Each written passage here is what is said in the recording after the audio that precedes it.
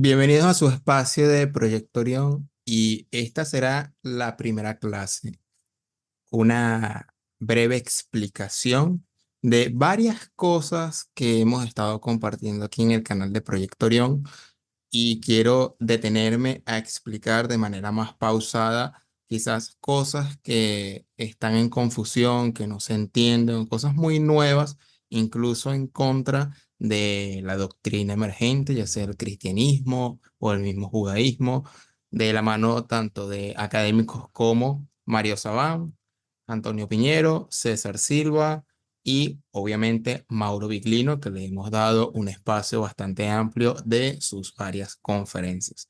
Y en esta oportunidad, como primer video de estas clases cortas de 10 a 15 minutos, vamos a explicar como punto de partida la famosa explicación de Elohim. Elohim sale en la primera frase del Génesis. Elohim bara, Bereshit bara Elohim. En el principio, Dios creó, pero esta se traduce como Dios en singular. Cuando ya de la mano de Mauro Viglino y de otros estudiosos, incluso como César Silva, explica que Elohim no es o no significa la palabra Dios, sino que significa dioses o poderosos. Entonces voy a compartir pantalla en este momento, la voy a compartir para incluso ustedes se pueden dar cuenta en una búsqueda rápida, sin ir a libros, sin ir a cuestiones más extensas, que pueden llegar a estas mismas conclusiones. De todas maneras, al final de este video, en la descripción, te dejaré varios links para ampliar a profundidad el tema, por lo menos de este primer video, que van a ser varios. Es decir, este va a ser el primero como introducción de varias clases que vamos a tener así más cercanamente. Así que voy a compartir pantalla en este momento. Aquí ya sale compartida. Y como primer término, tenemos que si buscamos la palabra Elohim tal cual en Google, vemos, Elohim es el plural de Eloa. Listo. Y aquí te está diciendo que Elohim es un plural de la palabra Eloa. Eloa viene siendo como la palabra Dios y Elohim viene siendo la palabra dioses. Y este está relacionado con el dios El. Recordemos que según las explicaciones de César Silva en este caso, eh, explica que antes existía tanto el dios El y tenía su esposa Asherah y que ellos se unieron para tener o tuvieron 70 hijos y de ahí salen los 70 dioses o las 70 entidades que regían cada territorio y que una de esas entidades, concretamente ya la de Jacob, el territorio de Jacob, es la que le perteneció al Elohim Yahvé. Yahvé no se encargó de toda la tierra, no se encargó de todas las naciones, sino de un solo territorio. Pero eso lo podemos ver más adelante. Es afín a la palabra LHM que se encuentra en el Ugarítico, donde se usa en el panteón para los dioses cananeos, hijos de él, y se vocaliza Elohim, es decir, los hijos de él, del dios él, se le vocaliza como Elohim. Ya aquí podemos terminar el video. Y aquí se entiende que Elohim es un plural de Eloa. ¿Por qué? Porque si colocamos aquí esta breve explicación, Malak no significa ángel, significa enviado o mensajero. Por lo tanto, Malakim, la I y la M al final, es el plural de enviados o mensajeros. Es como la letra S en el español. De igual manera, Eloa significa poderoso o Dios. Y Elohim, con la IM al final, es la S en el español que significa poderosos o dioses. Listo. Ya aquí concretamos el video, pero vamos a colocar otros ejemplos. Vamos a dar más pistas que usted se puede dar cuenta. Si colocamos aquí en la página Logos, K-Logos, que es una página que usan los cristianos y los judíos de Biblia interlineal, tenemos, en el principio creó Dios los cielos y la tierra. Cuando en realidad, si ya al saber que esta palabra aquí marcada Elohim significa dioses, podemos entender por tanto que en el principio los dioses crearon los cielos y la tierra. Listo. Otro ejemplo. Tenemos aquí uno más complejo. Y dijo Dios. De nuevo se traduce erróneamente como Dios cuando aquí tenemos la palabra Elohim. Y ya sabemos que aquí Elohim significa dioses. Es un plural, por lo tanto. Y en el principio los dioses dijeron, hagamos, ahí sí lo tradujeron bien, en plural, hagamos al hombre a nuestra imagen y semejanza. Aquí la palabra hagamos está en plural porque precisamente le antecede la palabra Elohim, que es un plural, pero las malas traducciones lo colocaron como un singular. Otro ejemplo, Números 23:19. Aquí evidenciamos un poquito una contradicción y dice, Dios no es hombre para que mienta, ni hijo de hombre para que se arrepienta. Por lo tanto, aquí se da por supuesto de que Dios es un ser omnipotente, trascendente y que no se arrepiente. Pero si retrocedemos tres doritos atrás, es decir, en el Génesis 6, claramente que dices, y se arrepintió Yahvé de haber hecho al hombre en la tierra y le pesó en su corazón. Y dice Yahvé, crearé sobre la tierra, sobre la faz de la tierra, a los hombres que he creado, es decir, los terminaré, los quitaré, desde el hombre hasta la bestia y hasta el reptil y las aves del cielo, porque me arrepiento de haberlos hecho. Pregunta básica. Si aquí, más adelante el número dice que no es un hombre que se arrepienta, porque aquí dice que se arrepintió. Por lo tanto, no estamos hablando directamente entonces de un Dios todopoderoso.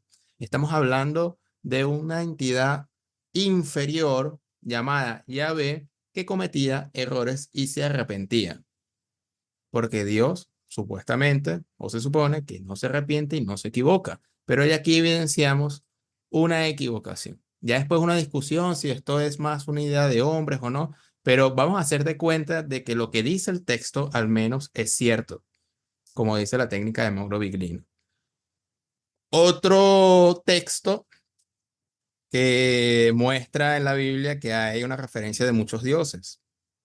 Dios está en la reunión de los dioses, es decir, de los Elohim. Y en medio de los Elohim juzga. Ya aquí en el primer texto, en el Salmo 82, nos da la idea de que hay una asamblea de Elohim, de dioses. Porque si leemos más adelante en el verso 6, dice aquí, yo dije, vosotros sois dioses y todos vosotros hijos del Altísimo, es decir, de el León. Pero más adelante dice, pero como hombres moriréis y como cualquiera de los príncipes caeréis. Por lo tanto, la naturaleza de estos Elohim, aunque ciertamente tenía un Olam, un tiempo indefinido, que Olam no significa eternidad, pero este no es el tema de este video, estos también podían morir o eran mortales. Aún así se le denominaban Elohim. Por lo tanto, Elohim al menos no significa un Dios omnipotente. Tiene otro concepto más tirado hacia la mortalidad que a la inmortalidad, tal como se entiende. Más adelante, como dice Mauro Biglino, si vemos en 1 Corintios 8, Pablo de Tarso tenía conocimiento de varios dioses. En el verso 5 dice, pues aunque haya algunos que se llamen dioses, sea en el cielo o en la tierra, como hay muchos dioses y muchos señores, es decir, como de hecho hay señores y dioses, es decir, existen. Para nosotros, sin embargo, solo hay un Dios, el Padre, del cual proceden todas las cosas y nosotros somos para Él, y un Señor Jesucristo por medio del cual son todas las cosas y nosotros por medio de Él. Es decir, esto nos trae el concepto llamado monolatría. Ojo, esto todo lo estoy buscando en internet, sin ir a conferencias más allá. Es decir, creemos en un Dios superior, creador del cielo y de la tierra, perfecto, pero no desechan o no descartan la existencia de dioses inferiores. Esto ya estaba en la mentalidad judía. ¿Qué es el concepto de monolatría? El concepto de monolatría lo tenemos aquí. Monolatrismo, monolatría, en Wikipedia, es el concepto religioso por el cual se creen en varias deidades, no se niegan, se creen, existen, pero hay una superior a los demás. Es decir, creemos en Yahvé, aunque existan Milcom y Camosh, que eran los dioses vecinos.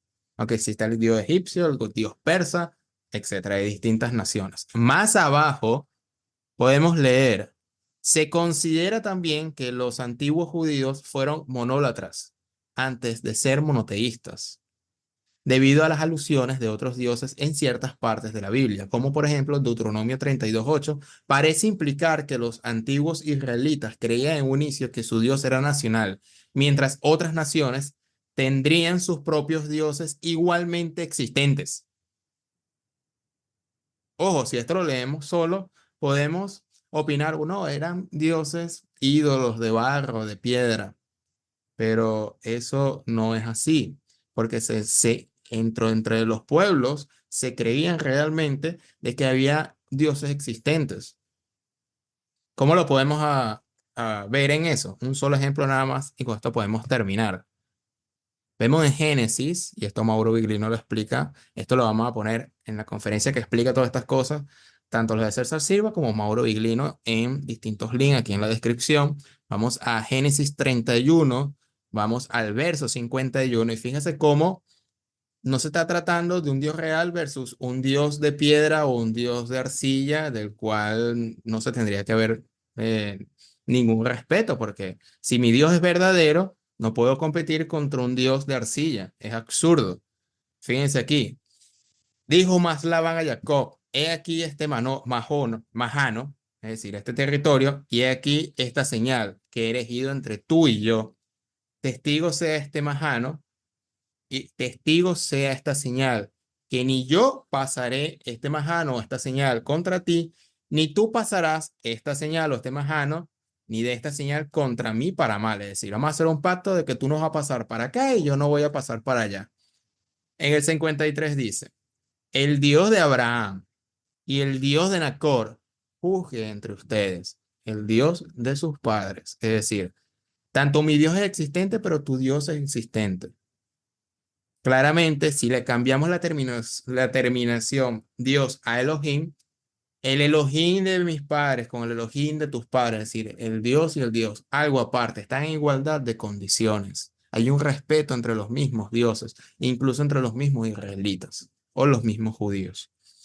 Ya con esta extensión o explicación muy corta de las conferencias y explicaciones tanto de Mauro Viglino como de César Silva, nos podemos aproximar entonces a esa monolatría que no se enseña en las iglesias ni en las religiones, porque obviamente las traducciones se da con un contexto teológico de que debe haber un solo Dios. Y esto nada más es un trato al Antiguo Testamento, porque si metemos el Nuevo Testamento, obviamente se coloca una cuestión más confusa, porque en este caso, en el lado del cristianismo, se da a entender que hay que unir el Nuevo Testamento con el Viejo Testamento y que es una lectura lineal e infalible. Cuando tú colocas a un judío y un cristiano a hablar, obviamente el judío te va a decir, no, con ese libro que es el Nuevo Testamento, nosotros no tenemos nada que ver, ni mucho menos la Biblia, porque es otro mix o otra combinación distinta. Uno se preguntaría, entonces, ¿quién es el Dios de Jesús? Que para nada tiene que ver con el Dios Yahvé y que de alguna manera Jesús traía un Dios Padre amoroso, incluso dar la vida por el enemigo. Eso es otra explicación, ese es otro tema para otro video, pero quería traer el tema de los Elohim. Aquí tenemos, por ejemplo, como fuente, lo voy a colocar aquí, este video de César Silva de los plurales en Génesis, porque se usa a nosotros. Aquí lo explica 1 hora 24. Ojo, esto es investigación. Tenemos también aquí su canal, Biblia sin mitos. Y más concretamente quiero que vean este video, lo voy a colocar en la descripción, Enlil o Yahvé, que Dios habló a Abraham porque se explica, César Silva explica que del dios Enli, porque muchas de las historias de la Biblia de Génesis viene desde los sumerios, el dios Enli sufre, digamos, una mutación hasta llegar al dios El, pero su base o su origen viene del dios Enli de los sumerios y básicamente es el mismo dios. Y esto lo trae desde la lingüística porque sufrió una de las palabras, en este caso la N, sufre una mutilación, en este caso hay un nombre exacto que César Silva lo explica, hasta llegar al dios El, y luego al salto del dios Yahvé, que no tiene nada que ver con el dios El, porque el dios El era una cosa y Yahvé era otra, otro dios. pero eso lo explica César Silva en este video. Tenemos aquí un video que ya hemos compartido de Mauro Biglino, va a estar en la descripción. Y con esto termino el primer tema de los Elohim. Más adelante voy a dar más explicaciones, más clases, lo más resumido posible del por qué expongo algunas informaciones que parecen extraordinarias, confusas, extrañas o incluso para algunos hasta satánicas, pero esto tiene una explicación profunda, pero depende de la voluntad y de las ganas de la persona de alguna manera investigar y tomarse en serio esto sin ningún tema dogmático, sin ningún tema o interés de caer bien en una postura cristiana o judía, no. Hay que llevar a la investigación independientemente hasta donde nos lleven. Y es necesario tomar fuentes académicas y de ciencias bíblicas, porque obviamente si tomamos fuentes simplemente de cristianos, teólogos muy, muy judíos o solamente del cabalista o de la cábala, nos veremos nada más en la situación de ver una sola cara de la luna. Pues en realidad hay múltiples caras que se van evidenciando a través de la investigación, como esta pequeña investigación que les acaba de mostrar en una simple búsqueda de internet.